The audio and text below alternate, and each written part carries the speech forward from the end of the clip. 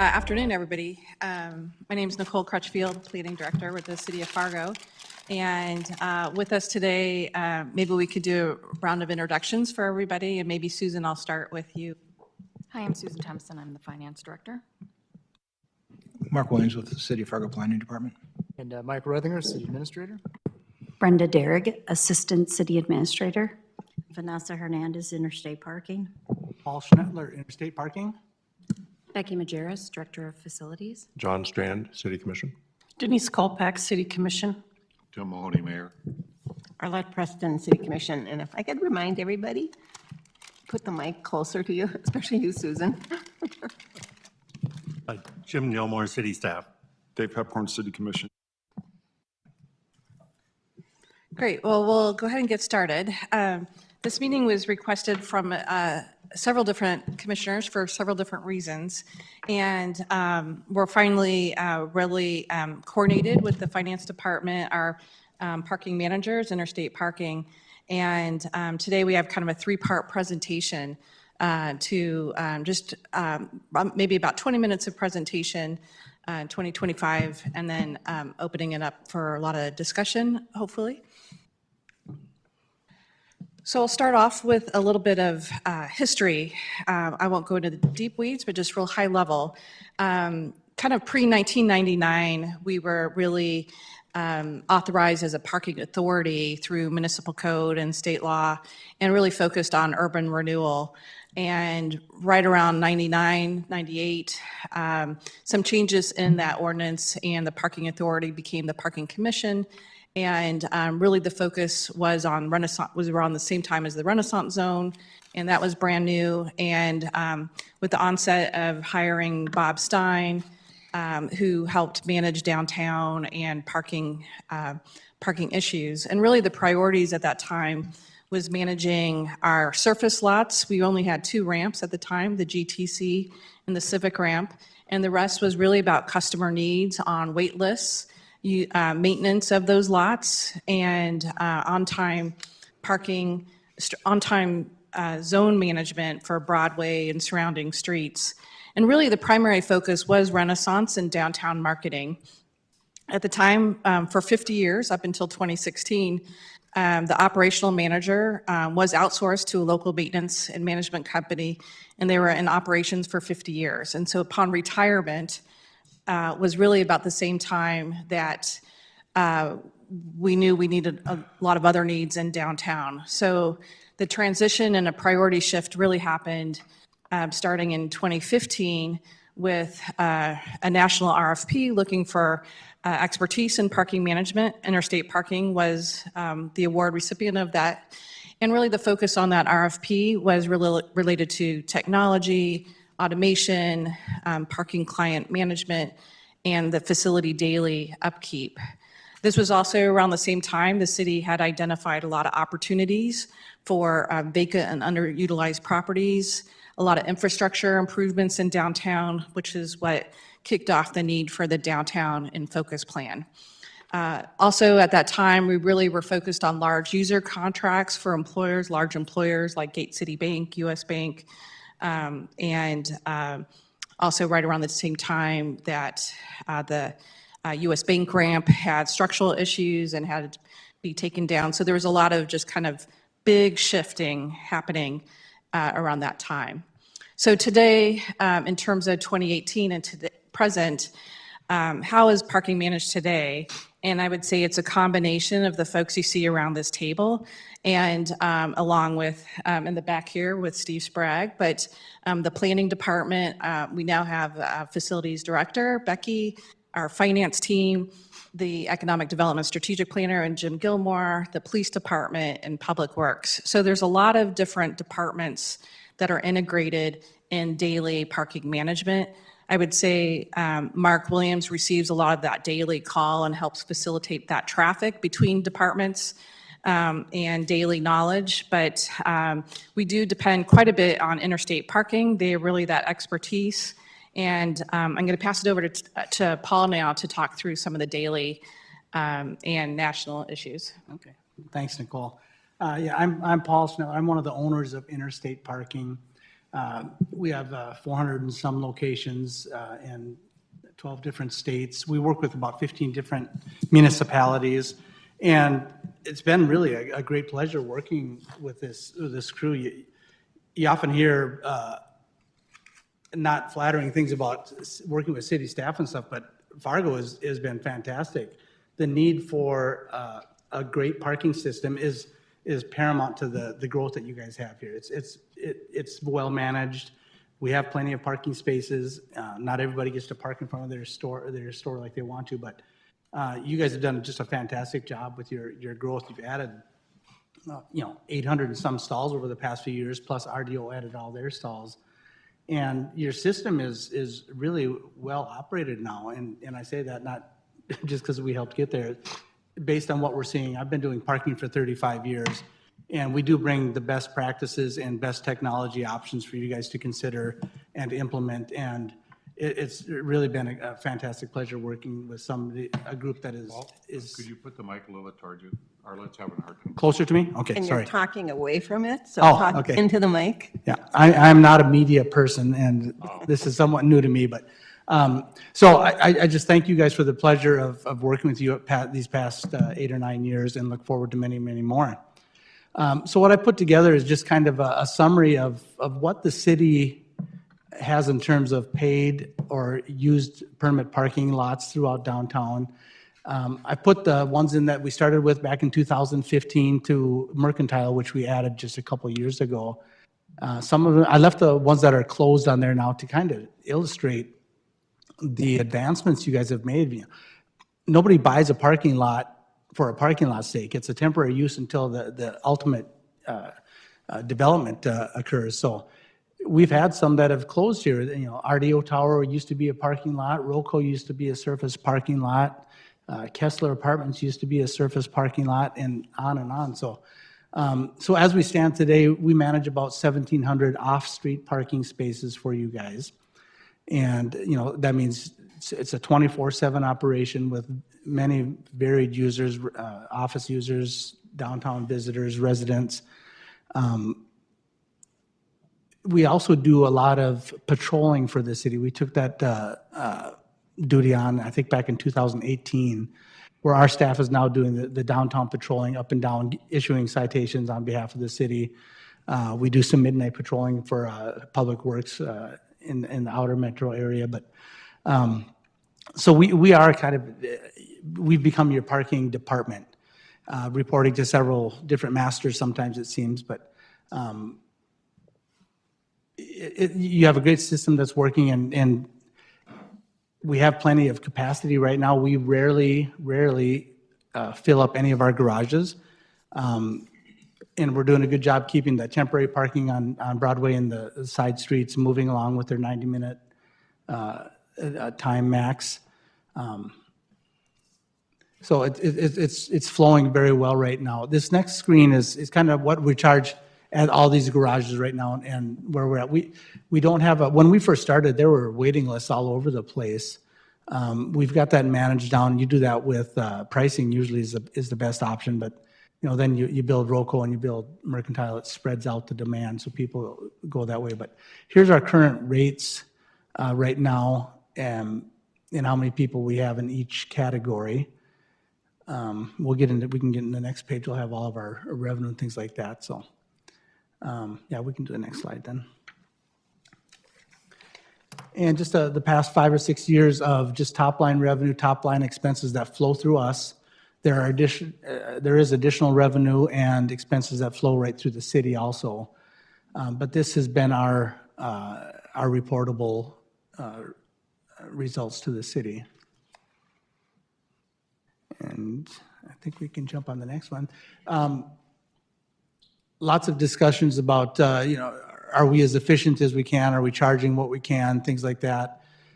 We're not proposing anything today, but some discussion points here that would really impact the bottom line of our system right now. I think what I have here is close to $300,000 to $400,000 in possible revenue enhancements, basically by increasing rates to bring them back up to market, a big one that jumps out at me is the citation system. We're issuing tickets for $20, $25, or $30. $40 is kind of the minimum for most municipalities, I'm finding. In my private lots, of which we have several hundred, we do $75 citation tickets. So it's something to consider. Our expenses have not gone down in terms of citation management. So that's one that jumps out at me too. And maybe, I don't know if we'll come back to these later. If anybody has questions, we can get into these. A lot of these are usually handled through the staff and just changing operations as we manage the inventory for the city. So. Next one, okay. The 3 garages you own, the 4 Paul, can you garages. hold for just a minute? Sure. So Commissioner Pipcorn, would normally that last slide, can you show the last slide? Is that what the parking commission would have done? It's looked at all these and said we should increase this, or is that what would happen? Yeah, Mr. Chair, so we've had lots of discussion about all these topics, and so it hasn't been an easy thing. And I would say the parking commission was a good thing. I don't know who decided to just end it, but I think I wasn't aware that it was terminated, and I was a member of it. Did we notify the other members that we weren't going to have it anymore? Yeah, I think we can talk a little bit about that here at the end. I think what staff has proposed, so we kind of got trapped up in the pandemic, and really as we went into the daily operations of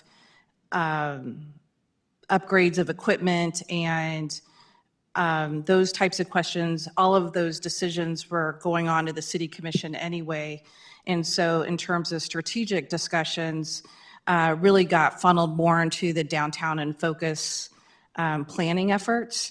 And so from a staff perspective, we were simply just having a hard time managing a monthly meeting for, kind of exploring strategy. And for the daily operations, we really leaned on Interstate to guide and advise. So that's kind of where we're at today in terms of a discussion question we have for you all of, what do you want from I think most of our board members had, this applies to many other boards and commissions, what they vocalized to me is their frustration of meeting just to meet and talking about just random things and not having action items. And with the daily, there's not a whole lot changing on a daily basis with parking.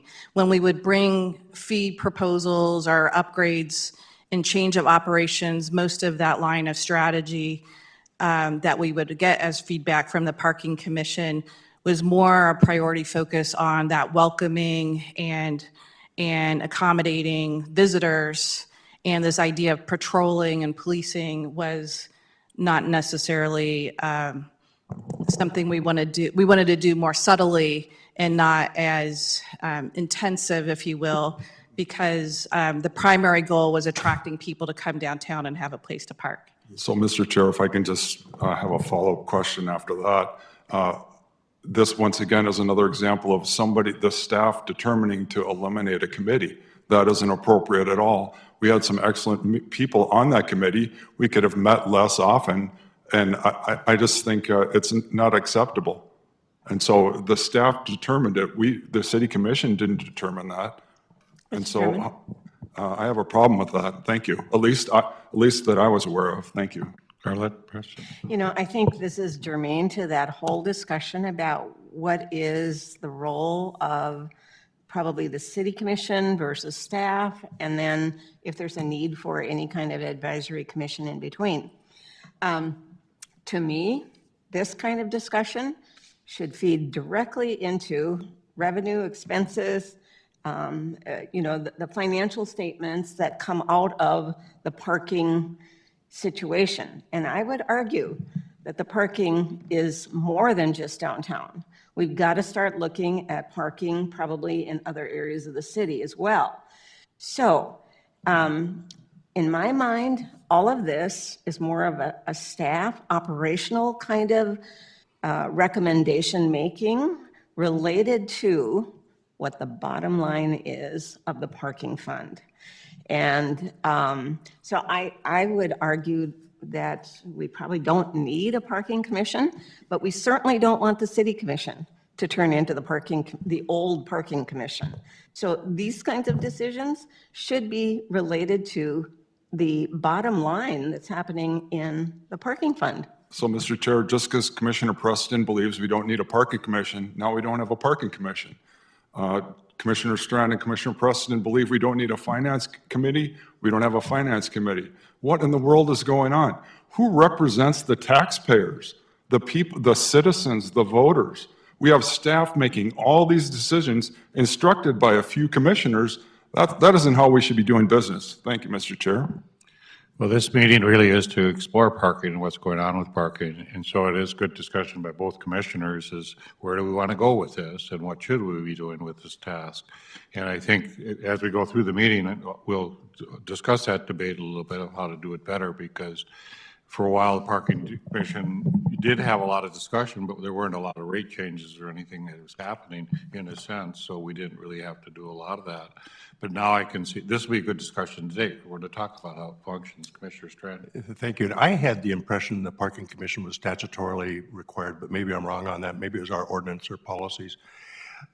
And when we get to the point of looking at these rate changes, I want to have some input because what I'm seeing at first blush is an immense cost to the ordinary people, the poor people, the shoppers downtown, the people visiting downtown.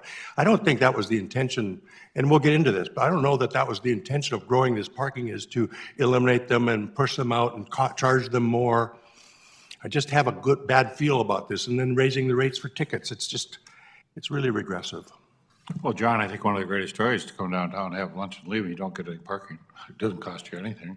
Go to Minneapolis, what is it, 18 bucks an hour? I don't even know what it is when you, Top rate is $33 a day. a day, yeah. Per day. I mean, you go, I mean, Minimum people of do charge $8. that. And I do think, John, we did want people to be downtown. And I think you were on the Minot discussions. They're having a horrible time trying to fill their parking ramps because they're charging.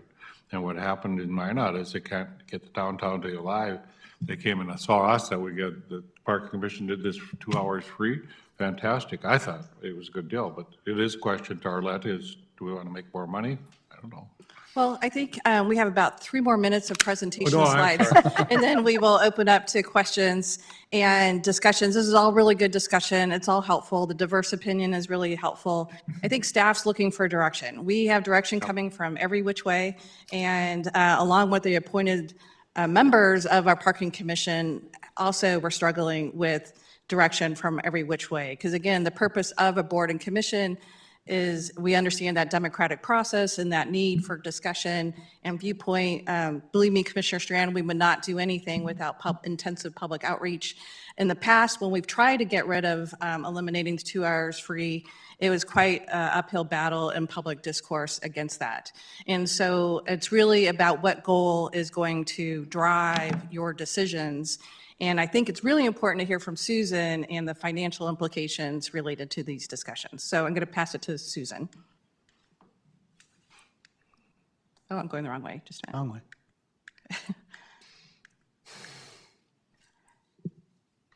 So just to kick us off, you know, I think you're all familiar with the project of the NP parking ramp itself.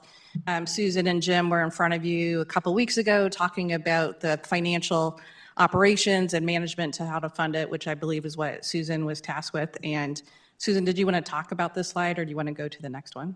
We can go to the next one. This is just background. Okay, so basically this is going to be kind of where we left off at the commission meeting on April 29th. We were discussing the MP project. That project, the development agreement was agreed to by the commission on November of 2022. There were some contingencies, but those have since been met. So my task was to figure out how to fund what we've been committed to do.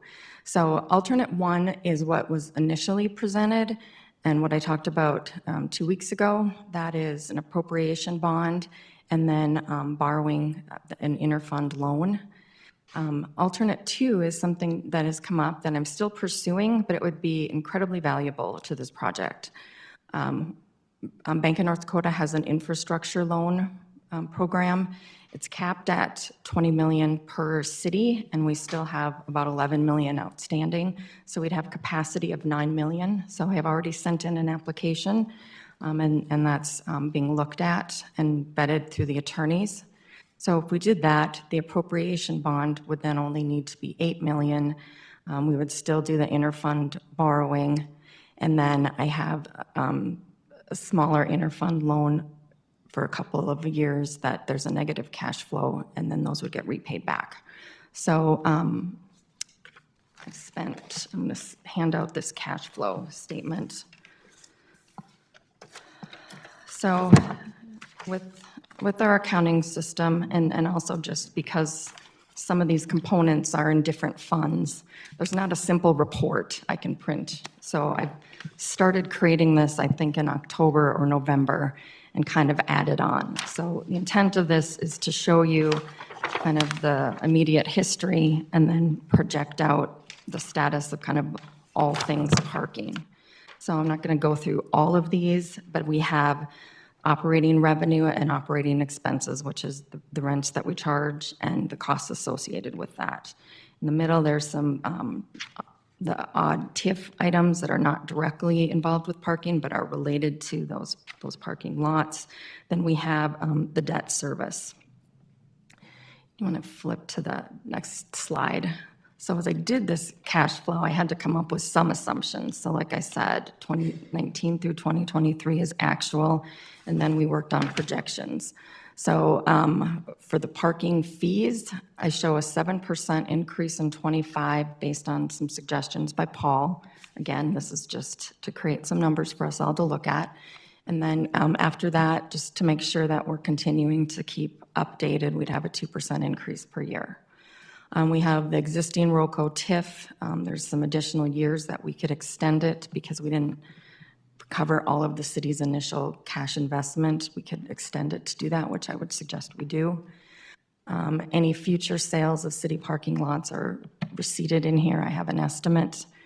We've currently paid about $500,000 out of the parking fund for some NP project design costs.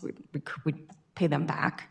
And then it also builds in a transfer of $150,000 a year from the parking fund to kind of a parking maintenance fund.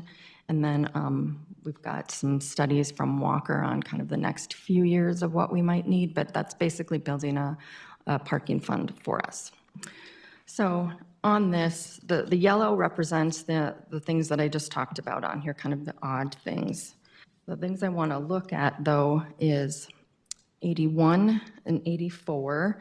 Those are the debt payments that we would have with the bond and the Bank of North Dakota payment. So this already includes the ROCO and the mercantile. The light blue is kind of the new stuff with NP.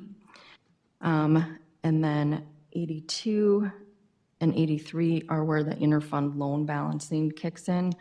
So in years 27 and 28, we would be at a negative cash flow in the parking fund. We wouldn't want that, so I would suggest we borrow for those two to, but then if you flip the page to further out, we do have capacity to pay that back. And then we also have capacity to pay back that original $3 million. So the challenge with this, and I listened to the meeting in November, it was disclosed, like, a lot of the money is those TIFs, but those don't come in until a little bit later. So it's a little short at the beginning, but there'll be adequate cash flow to repay some of those things later on. So the fund balance, the number that I think Commissioner Preston is looking at or has been asking for is line number 100. And so we started with what our current fund balance is, add or subtract the annual activity, and just show that throughout, the next 20 years or so, stays at a positive number and then does grow quite considerably towards the end. And then at the bottom is where I have the money that comes to that capital replacement fund, and then based on the Walker study, it shows that there's a couple years that we're about break even, but for the most part, we're being able to cover the costs of that.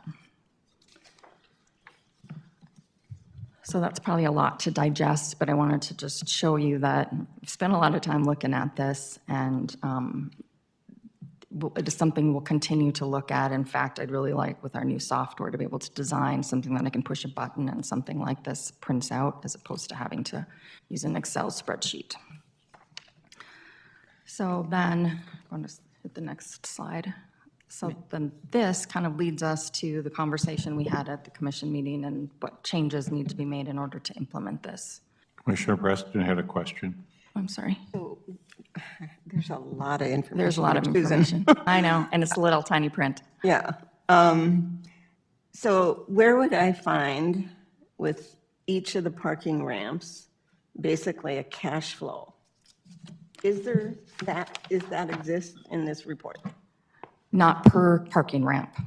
We don't actually expense the items out, like we don't have a fund for the roll cone, we don't have a fund for mercantile. We have the revenue coming in by individual ramp, but all the expenses are kind of clumped together. Okay.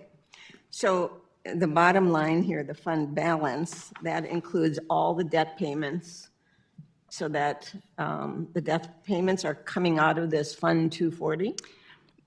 Technically, no, but the money, it has to do with how we do fund accounting. So the building project sits in a capital fund, the parking fund sits in a Exactly. special revenue, and the debt service sits in a debt service. What I was trying to do here is show you how the cash flow works. So while the debt service itself doesn't come out of 240, we do a transfer from 240 to the debt service fund, and that is represented in here. This Yes, shows the debt payment. yes, yes, it does. But the payments that are coming out of other funds, those funds, are they replenished with parking revenue or with general funds revenue? Or where is the money coming from for those debt payments? Is From here.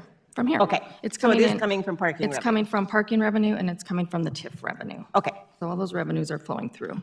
Commissioner Pipcorn. So, Mr. Chair, one of the things, so the fund would be unbelievably flush, but when we sold the ramp to the Bell Bank, that money didn't stay in the parking fund, that went into the general fund, correct? Half of it, So that's, 50.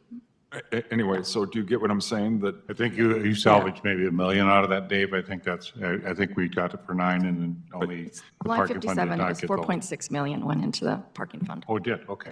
That we split it in half, general fund, parking fund. Split in half. Yes. Okay. So please feel free to look at this. It's a lot of information. If you have more questions, I can try to show you where the numbers came from or what the assumptions were. But I just wanted to show you that, time has been spent looking through this. So this kind of leads to, like I said, the conversation we had at the commission meeting.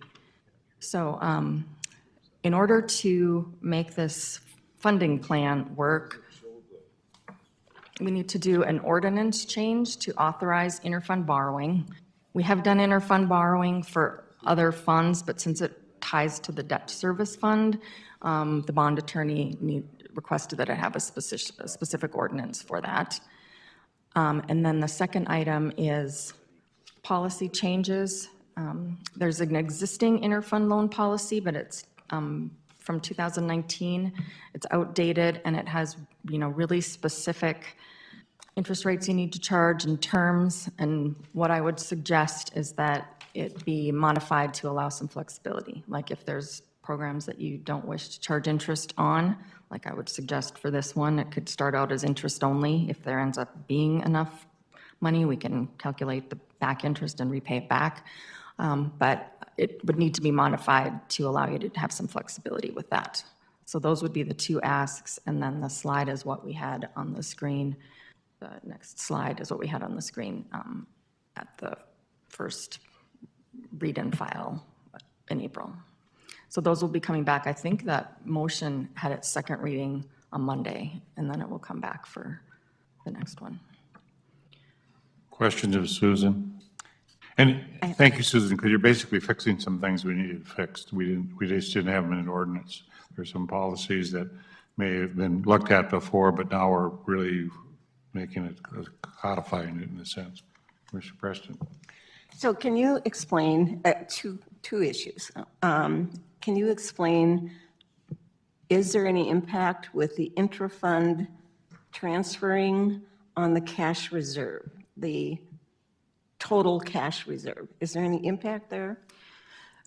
It's a talking point when we have we've only had one bond call, but so we do mention the fact that there's kind of cash embedded in that debt service reserve as part of our talking point. So yes, we will have to disclose that. It's a pretty small amount. I don't think it will materially impact that, but I'm not advocating that we do this on a long-term basis for many projects. I would suggest this be kind of a one-off until we can build our actual cash reserve back up. Just one thing, and it's a little bit off topic of what Susan's talking about, but a lot of people don't think it's that important, but in economic development, the businesses that come downtown, the first thing they want to have is parking for their employees. And so to me, water and parking don't seem like that important of an economic thing, but that's the first question. And so it is the parking thing, and like John talked about, and also we want to have people living downtown. You have to make sure that you have provision for that. So it's not that glamorous of a part of our city, but it's a critical thing. And I don't know if you agree with that, but I just think that's a common thing. So thank you. Well, Mr. and then to that point, Dave, Bell Bank added another floor of parking, which is amazing. They bought the ramp from us and added more to it, plus the Skyway, plus other options to make it so much more convenient for their employees. It was critical to that, and I think Jim's had that issue by the ROCO, where I was surprised that some people in the black building can't park right next door. They have to park across the way for apartments that are across the street, which is kind of interesting. Yeah, question. One more question. So there's been discussion about another parking ramp down by the Science Museum. How would this plug in? And have you thought at all about projecting forward and what impact that would have on the bottom line? That's a different department. I haven't heard that, and I haven't worked on that yet. But if that did come to fruition, or any that does, I mean, we would do the same model. We would look at what revenues are coming in and what's the debt service, and how can we pay it? How can we pay it? If I can just follow up. So that's why I think it would be important to at least split out this last parking ramp, that's 20 million, just to see the cash flow on that particular ramp. Because from here on out, it's going to be $20 million ramps at least. So it would give us a sense of whether there's a decent cash flow from a new ramp. So with our new accounting system, we have a way to tag different things, and I think we could probably set up each ramp and then have the revenues and expenses going. So I'll work with our team on that and see if that's something we could do.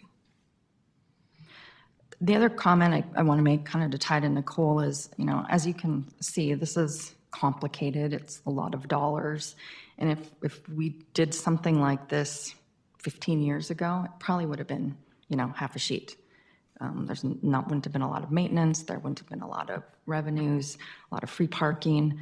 I think this emphasizes the fact that this is kind of an enterprise now. I mean, we got a lot of money going out, a lot of debt service obligations. So looking at this strategically on how we price and what we charge for free and not free, it needs to be a business decision in my mind, anyway.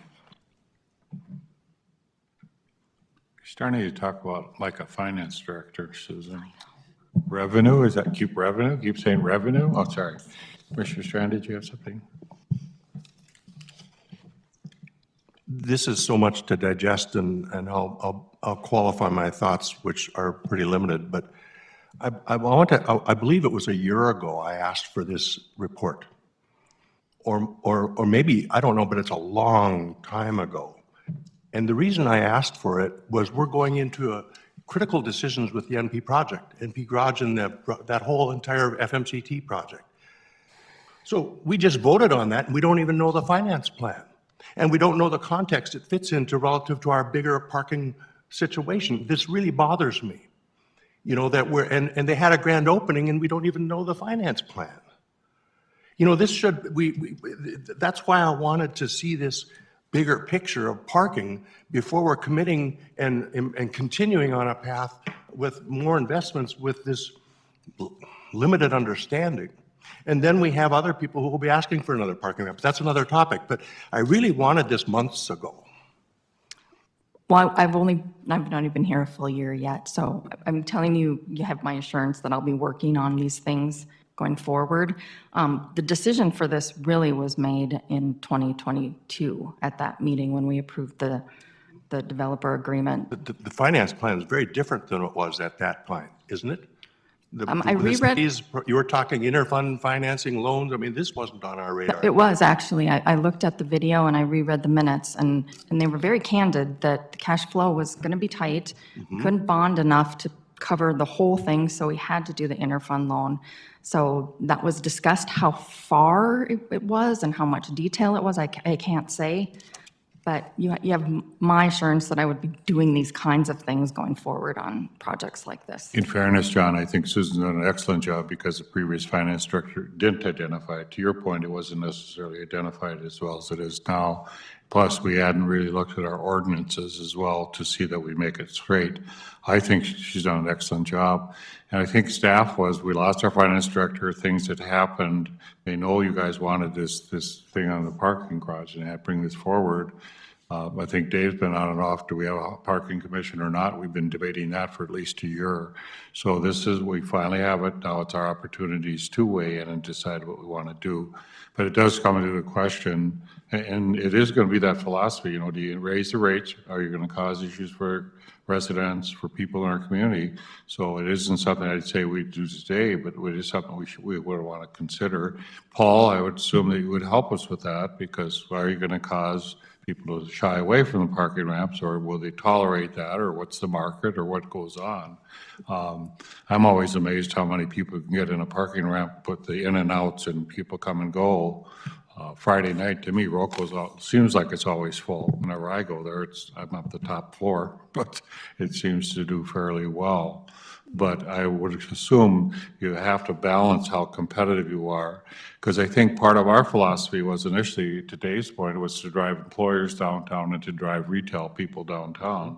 And we were Dave, I remember the parking commission was right. How many hours could you park, and how many? The merchants all had big arguments. Randy had arguments about how long do you sit in a bar and have lunch and not charge or charge. And I think a lot of it was driven just customer satisfaction. We wanted public to participate, and we weren't necessarily thinking revenue. I think, Arlette, to your point, we do have to look how revenue flows. And I remember when we talked to Denny Wallaker, we never would have done a parking ramp. I mean, Denny didn't like the way cash flowed, so that never would have happened. Pat Zavarall hated parking ramps, so it was just over a while, again, part of the evolution. I think Block 9 taught us to mix the match. Rocco was that great idea we got from Nebraska, and that has been wildly successful. So. But I think today we're just discussing things. We have ordinance changes we need to be fixed. I think if we do either a governance discussion we have to discuss some other committees, what are we going to do going forward at some time. So we may have to get together and re-talk about this. There's different feelings in some of the commissioners of some of the values of the commissions. I think, Commissioner Kolbeck, you're looking at that too, as far as commissions and getting people oriented at least to what goes on and how we do our commissions. And I'm always struck a little bit when I watch the different commissions of, are they where they should be? Are we all kind of committed that that's where they should be? Different commissions have different purposes, but are they fulfilling the purpose that started 30 years ago? So, questions, Nicole or John Strand? Just another point. Recently, I was approached downtown by a leader asking me if I was aware that we've had some sort of a circumstance with our ticket readers and we're not ticketing downtown. And apparently there's been a big drop, and they don't want this word to get out that we're not ticketing downtown, or something to that effect, or not ticketing as much downtown. And yet our answer is to raise the rates. I don't want to penalize $40 to come downtown to shop and have coffee and lunch, and you show up 5 minutes late and you got a ticket. I mean, I just want us to be people-friendly in our approach to these discussions, and the ordinary people coming downtown to shop. We want it to populate downtown, not just with developers and tenants, but we want people downtown. We want shoppers downtown. We want it to be user-friendly downtown. So there's this teeter-totter, but I'm just really concerned about these rate increases and how it'll affect the ordinary people. And extension of TIFs, that makes me, I want to see the detail of that too. Commissioner Kolpak. Yeah, I don't see anywhere where we're advocating for increases yet. I think those were all questions for future consideration as we look at the overall revenue from this entire document that we're going to digest and understand. So I appreciate this information. It's full of context that was missing for me. I also support the idea of keeping the parking operational day-to-day, working with interstate and staff, very much staff-focused. As a commission, I think we have a responsibility to also always look to efficiencies for our staff who have a lot on their plate.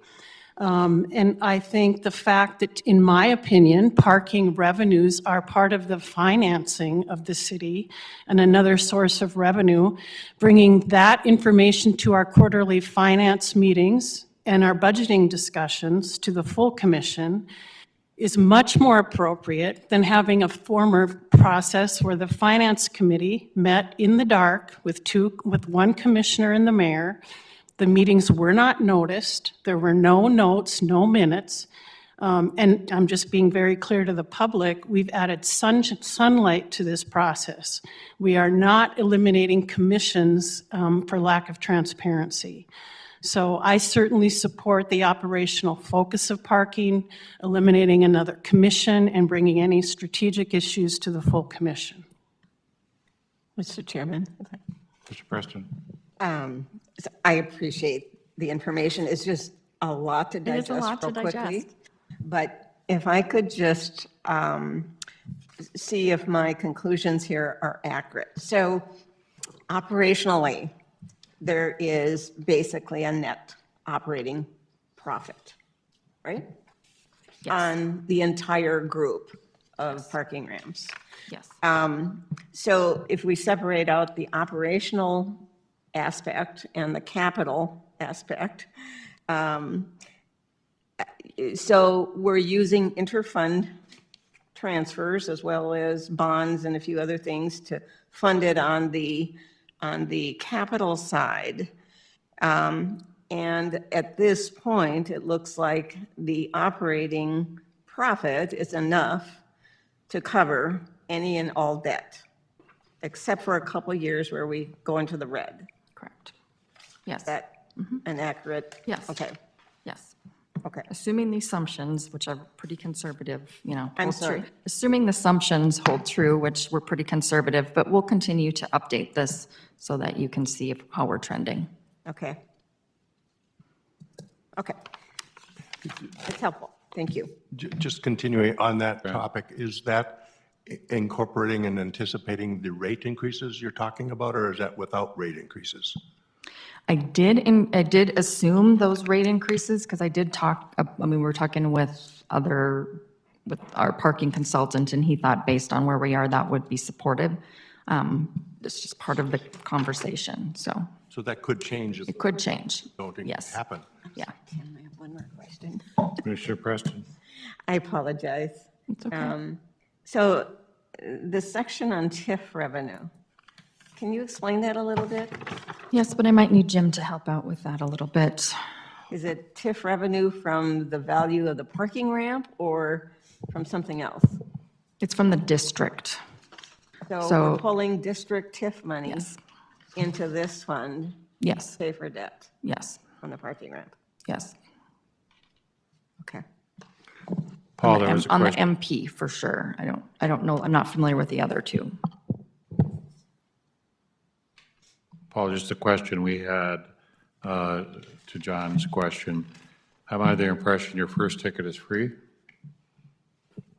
Yes, our first contact with somebody who hasn't paid for parking or stayed too late is called a warning or a welcome ticket. So So everybody the gets a first one warning. is free. First one is free. And what is the revenue, when we do go over parking fines or whatever, what does our revenue usually run on a yearly basis? On an annual basis, it's combined with the police department and what we do at the airport, and it's a little over $1.1 million in ticketing revenue that we receive. And it hasn't gone up or down. John was thinking it went down. It's been pretty stable. Of course, we took a dive in 2020 due to lack of activity. But it's been over $1 million since about 2018 every Parking year. fines, Pardon? in parking fines, yeah. And citation revenue, yes, which I think goes to the general fund. It doesn't come back to the parking And fund. Susan, that's not in this. So the parking fines are outside of this? That just comes to general fund? Okay, yes, Yes, that's I yes. think we talked Okay, about that thank you. yesterday. Is it true that the ticketing has been affected lately, and the ticket readers aren't working, or something like that?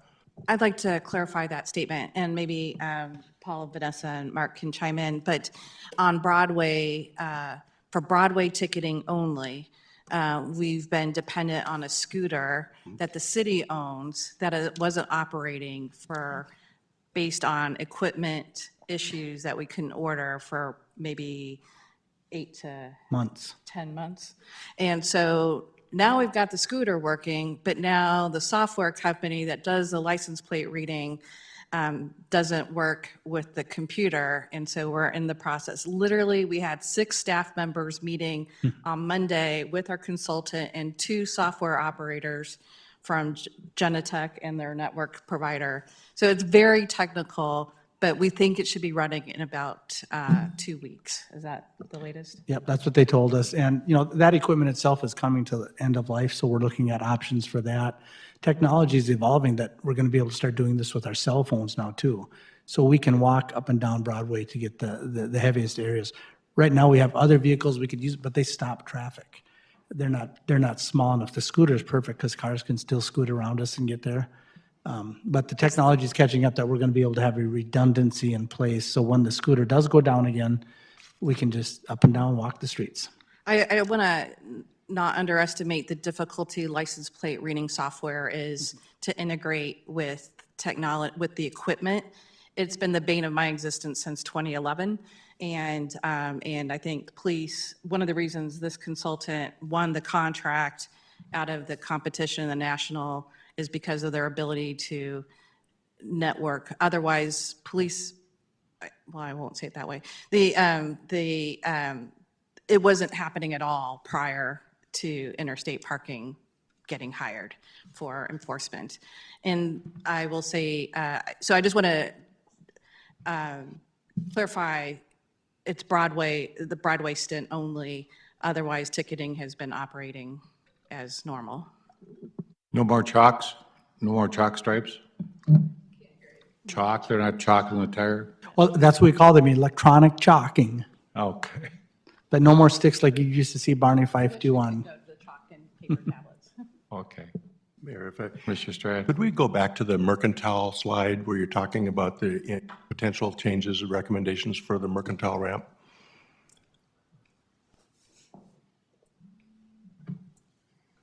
Okay, as I'm seeing this, we only got 20% of rented spaces. Is that accurate? Yeah, well, as we consider the neighboring residential people, of the 100 apartments at Mercantile, only 20 people are renting space from us. And our information that we can glean is they're taking advantage of the first 2 hours free and at both ends of when they stay. So they can arrive back to their apartment at 3 o'clock at night and stay until 10 o'clock the next morning without paying. And that wasn't the intent. We should be getting about 60% of those people should be renting parking from us. Right now, the rate is too high for them. We don't have a residential rate for downtown residents. So my data, which I see in every other market we're at, we should get about 60% of those people, but we have to entice them with a discount. And we want to do that because our revenue is going to increase over what we're getting now. But most of them are gone. 70 to 80% of them are gone during the day when we need it for downtown visitors and other business. They come back at night. So it's a strategy we use at properties that we own everywhere and also the ones that we manage. So I'm just wondering loosely why we didn't see that coming.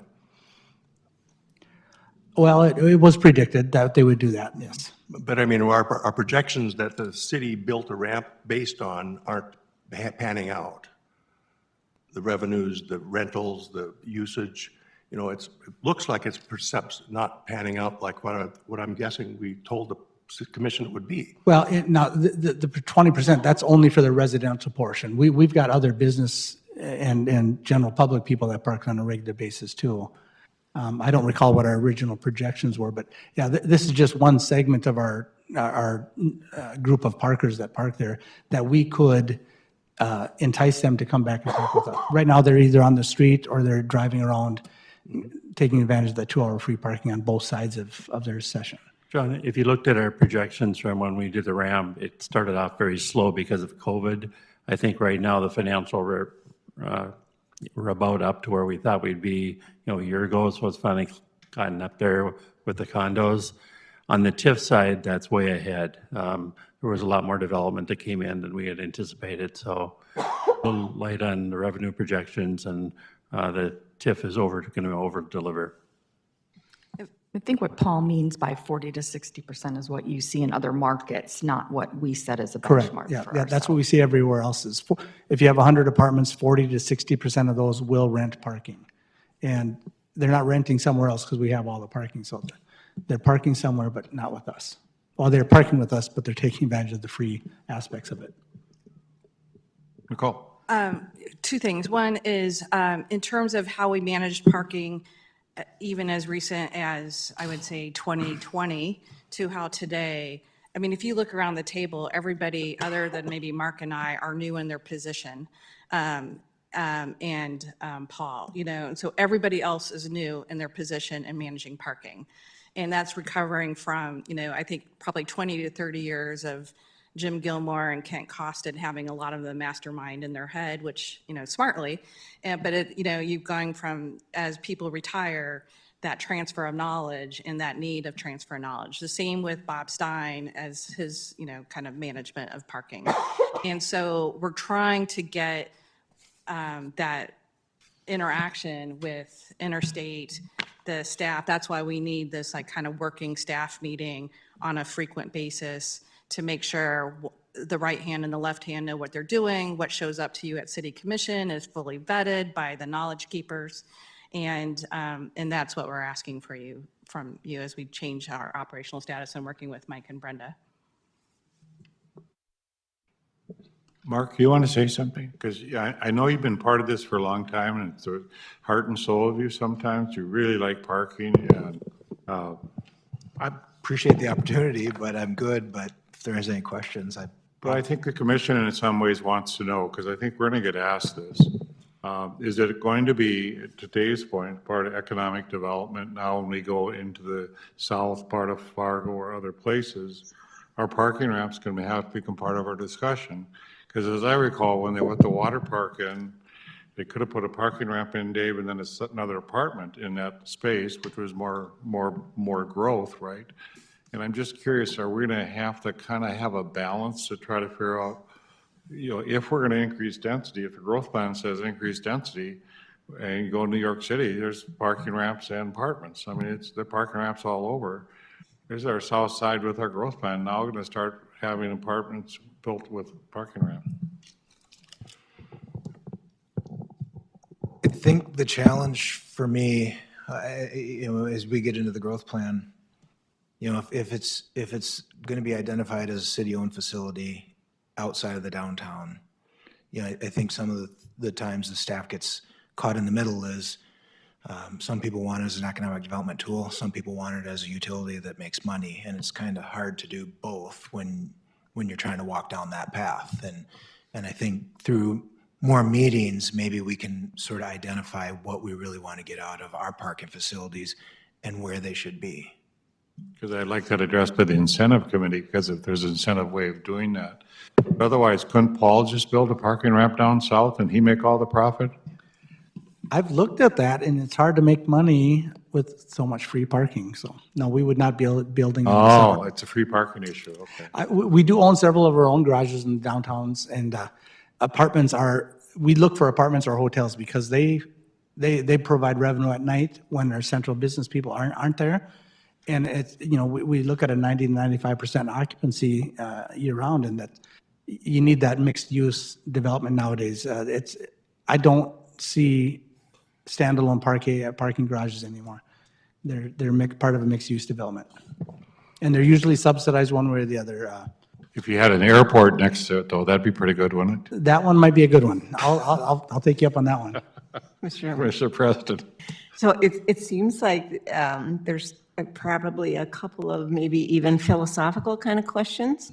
One being, should a parking ramp be run like a business and cash flow itself? If not, what does it get subsidized by? And where does that money come from? And I don't know that we have a good enough picture yet, just because we don't know ramp by ramp which ones are actually cash flowing or not.